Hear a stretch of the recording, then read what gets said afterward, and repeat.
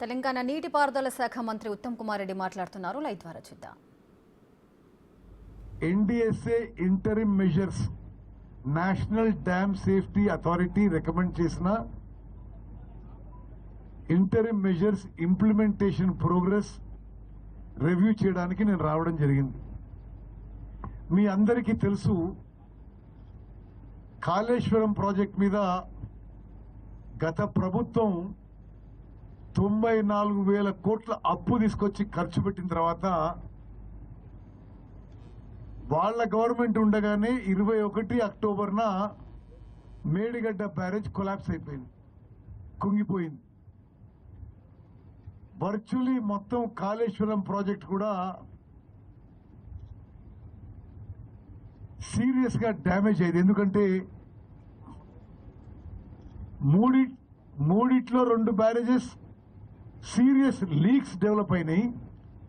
Medigadda barrage స్ట్రక్చరే కొంత భూమిలో కుంగిపోయింది. మరి ఏ విధంగా ఇది తెలంగాణ ప్రజానీకానికి నష్టమో మీ అందరూ ఆలోచన చేయండి. ఆ 94,000 కోట్ల రూపాయలపై వడ్డీ కడుతున్నాం మనందరం. ప్రాజెక్ట్ ఏమో నిరుపయోగంగా ఉండిపోయింది. సో ఎనీవే 21 అక్టోబరు ఈ మేడిగడ్డ బ్యారేజ్ కుంగిపోయింది. డిసెంబర్ 7వ తారీఖున మా ప్రభుత్వం వచ్చింది. మా ప్రభుత్వం వచ్చినాక వారం 10 రోజుల్లో మేము అన్ని అంశాలు పరిశీలించి భారతదేశంలో డ్యామ్స్ అండ్ బ్యారేజెస్ విషయంలో అత్యున్నతమైన సంస్థ, అత్యున్నత నైపుణ్యం ఉన్న సంస్థ, పార్లమెంట్లో చట్టం ద్వారా ఏర్పడ్డ సంస్థ నేషనల్ డ్యామ్ సేఫ్టీ అథారిటీ. మేము ఈ జరిగిన విషయాలన్నీ కూడా నేషనల్ డ్యామ్ సేఫ్టీ అథారిటీ లేఖపూర్తిగా రాసి, మీరు ఈ విషయంలో దేశంలో ఎక్స్పర్ట్స్ వచ్చి మీరు పరిశీలన చేయండి, ఈ బ్యారేజీలు పునరుద్ధరణ అయితేయా కాదా, పునరుద్ధరణ అయితే ఏం చేయాలి, షార్ట్ టర్మ్ ఇంటరిమ్ మెజర్స్ ఏం చేయాలి, లాంగ్ టర్మ్ ఇంటరిమ్ మెజర్స్ ఏం చేయాలి అని వాళ్ళని అడగడం జరిగింది. నేషనల్ డ్యామ్ సేఫ్టీ అథారిటీ ద్వారా ఒక నిపుణుల కమిటీ ఏర్పడబడి, చంద్రశేఖర్ అయ్యర్ అని వారు సిడబ్ల్యూసి మాజీ చైర్మన్, వారి ఆధ్వర్యంలో నిపుణుల కమిటీ ఏర్పడి పలుమార్లు వారు సందర్శించి వాళ్ళు కొన్ని ఇంటరిమ్ మెజర్స్ ఇచ్చారు. ఏ విధంగా ఈ బ్యారేజ్లని కాపాడుకోవడానికి ఏమేమి చర్యలు తీసుకోవాలో అని. అదేవిధంగా స్పష్టంగా రాసిండ్రు, 3 బ్యారేజీలు గేట్లు ఎత్తి పెట్టాలి.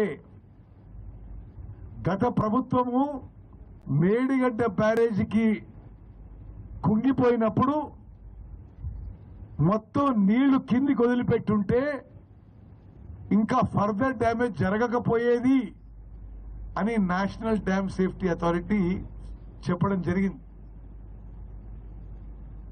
నేను ఇంకో విషయం మళ్ళీ రీట్రేట్ చేస్తున్నా. కొన్ని ఇంటరిమ్ మెజర్స్ చెబుతూ మీరు ఇంటరిమ్ మెజర్స్ చేయాలి, మాన్సూన్ ఫ్లడ్ ప్రొటెక్షన్ వర్క్స్ కొన్ని చేయాలి అని కొన్ని గోదావరి వరదల వల్ల బ్యారేజీల రక్షణ కొన్ని వర్కులు చేయాలని చెప్పి సజెస్ట్ చేస్తూ, ఇవి చేసినాక కూడా మీరు అన్ని గేట్లు ఎత్తి పెట్టాలి అని చెప్పడం జరిగింది. ఎందుకు నేను పదే చెప్తున్నంటే, ఆయనకి తెలుసో తెలియదో కేసీఆర్ గారు పదే ఇక్కడ నీళ్లు స్టోరేజ్ చేసి ఆడికి పంపు చేస్తే బాగుండేది, ఈ నుంచి ఆడికి పంపు, ఆడికి పంపు అని చాలా స్పష్టంగా నీరు స్టోరేజ్ చేయొద్దు అని చెప్పి ఎన్డీసీ చెప్పింది. ఆ విధంగా మేము ఎన్డీఎస్ఏ ఇంటరిమ్ మెజర్స్ పని మొదలుపెట్టాం. మరి ఇక్కడ మేడిగడ్డ బ్యారేజ్ ఎల్ఎన్టీ కింద, అక్కడ అన్నారం బ్యారేజ్ ఆఫ్కాన్ కింద, సుందిల్ల బ్యారేజ్ నవయుగ కంపెనీ కింద వాళ్ళ ఖర్చుతోనే ఈ టెస్టింగ్లు కానీ ఈ రిపేర్లు కానీ పని మొదలుపెట్టడం జరిగింది. ఈరోజు ఆ పనుల ప్రోగ్రెస్ రివ్యూ చేయడానికి నేను ఇరిగేషన్ మంత్రిగా, అనిల్ గారు ఏఎన్సీ ఇరిగేషన్, మరి అదేవిధంగా పెద్దలు కౌన్సిల్లో ఫ్లోర్ లీడర్ జీవన్ రెడ్డి గారు, పక్కనున్న ఎమ్మెల్యే రాజ్ ఠాకూర్ గారు, మరి భూపాల్పల్లి ఎమ్మెల్యే మిత్రుడు గండ్ర సత్తన్న గారు, మరి ధర్మపూరి ఎమ్మెల్యే లక్ష్మణ్ గారు, మరి ఈఎన్సీ నాగేందర్రావు గారు, చీఫ్ ఇంజనీర్ సుధాకర్ రెడ్డి గారు అందరం కూడా రావడం జరిగింది. మేడిగడ్డలో అన్నారంలో జరుగుతున్న పనులకి కొంత సంతృప్తితో కొంత వేగవంతం చేయాలని చెప్పడం జరుగుతుంది. సుందిల్ల బ్యారేజీలో నవయుగ కంపెనీ పనులు చాలా స్లోగా నడుస్తున్నాయని చెప్పి ఈరోజు వాళ్ళకి వార్నింగ్ కూడా ఇవ్వడం జరిగింది. ఈ విధంగా అయితే ప్రభుత్వం చర్యలు తీసుకోవడం తప్పదు అని. ఈ వారం 10 రోజుల్లో మాక్సిమం మిషనరీ, మ్యాన్ పవర్ మొత్తం మొబిలైజ్ చేసి ఈ ఇంటరిమ్ మెజర్స్ ఒక కొలిక్కి తీసుకురావాలని చెప్పి కూడా చెప్పడం జరిగింది.